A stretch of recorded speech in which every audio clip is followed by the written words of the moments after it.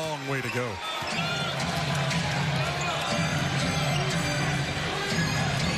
Russell met by Vucevic. Bounces it to Allen.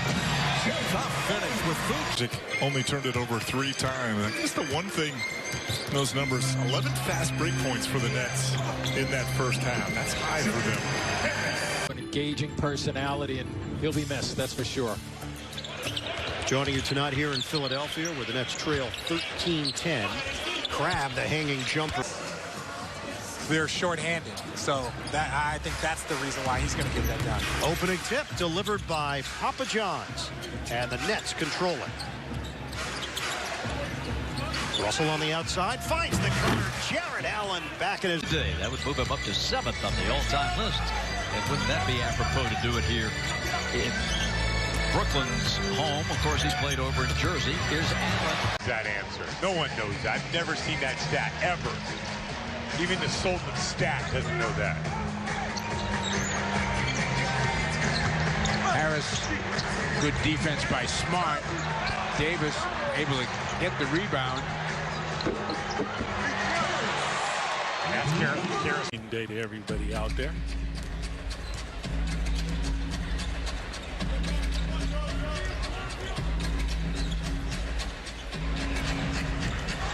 Well, the Nets answer right back. When the Hawks were here back in mid-December, look at the shooting. Boy, it really tailed off drastically for the Hawks. And taking it all the way to the rack. Timberwolves looking for one last spurt to put this thing away.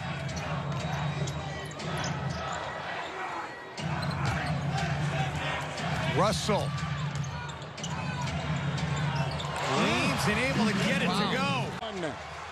Nice misdirection play. Yeah, nice misdirection play right there to get Embiid rolling to the basket. Good point.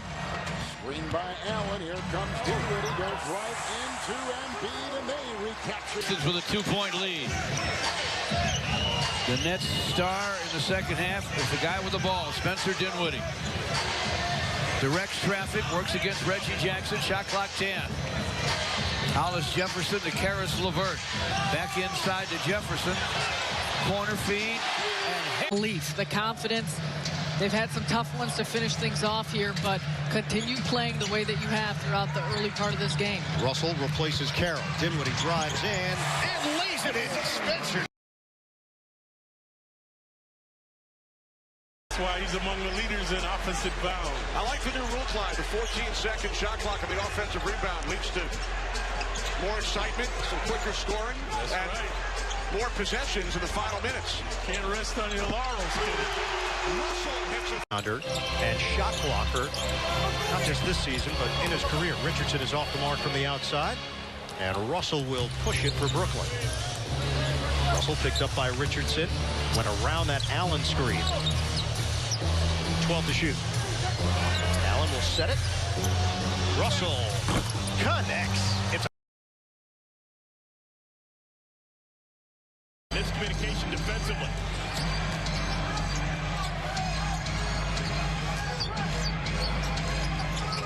Harris to tie. In transition defense.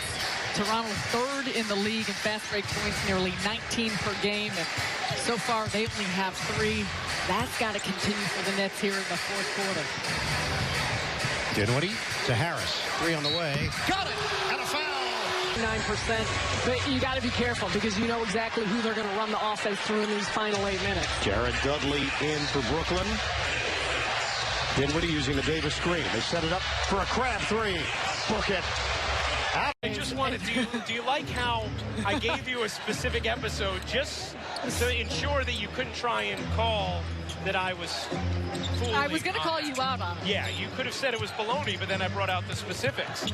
Fareed. Schedule's starting to pick up here, Michael, in a busy month of December. Work to be done here on this road trip. It is game 2 of this Eastern trip. Another 3 and another 4. Largest lead tonight has been 14 for the Nets. Both teams have just called their use it or lose it timeouts. Harris leaves it for Russell. Shot clock winding down. The cut. Dudley! On what Giannis might be able to do on the inside, it gives them just a few feet of space. Chris Middleton with that three-point shot, but again, it's why they have been so tough to guard and to defend because of all those weapons opening up the floor. Napier, a game since 2008. Last night, a 149-146 Washington win in triple overtime. And I like this Bridges matchup on Russell because of his length. Harris on the attack, slides it in from the reverse. Weak side of the floor, allowing him to make decisions with the basketball in his hands, especially with Andre Drummond on the bench right now and a little bit of foul trouble. We have not seen Kenneth Faried. We have not seen John and Musa. LeVert lays it in and a foul. Get that perspective. He just launched one, and it had to be from about 35 feet, maybe 38. Monday Hollis Jefferson is checked in. Fourth-year player out of Arizona. LeVert. Wow. Couple drives, and now it's short of the season high made by James Harden, who scored 61 twice. They lost by 32, and he was the only Suns player in double figures. Interesting. That's really crazy. I don't think I ever seen that before. One guy. For Kara's good sign that he's still on the bench.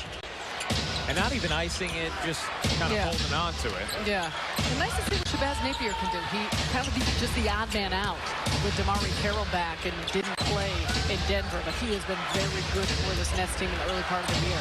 Dinwiddie scoops it in. If you've got a picture and a story for Where Brooklyn At, submit your photo on Twitter or Instagram by tagging @NetsOnYes using the hashtag Where Brooklyn At or email nets@yesnetwork.com.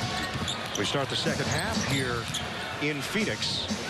LeVert, hard drive, and the 80 games, it makes 5 a game. That's 400. That's 400, yeah. And how many did you make? 5 a game in 80 games. I'm still short. Hey, but it goes to show you.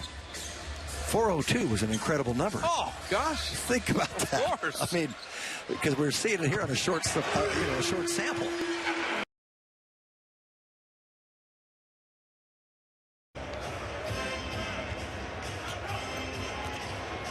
About it, D'Angelo Russell had 2 points, was 0 of 6 from the floor. He's your all-star, yet you lead by 8 on the road in game 1.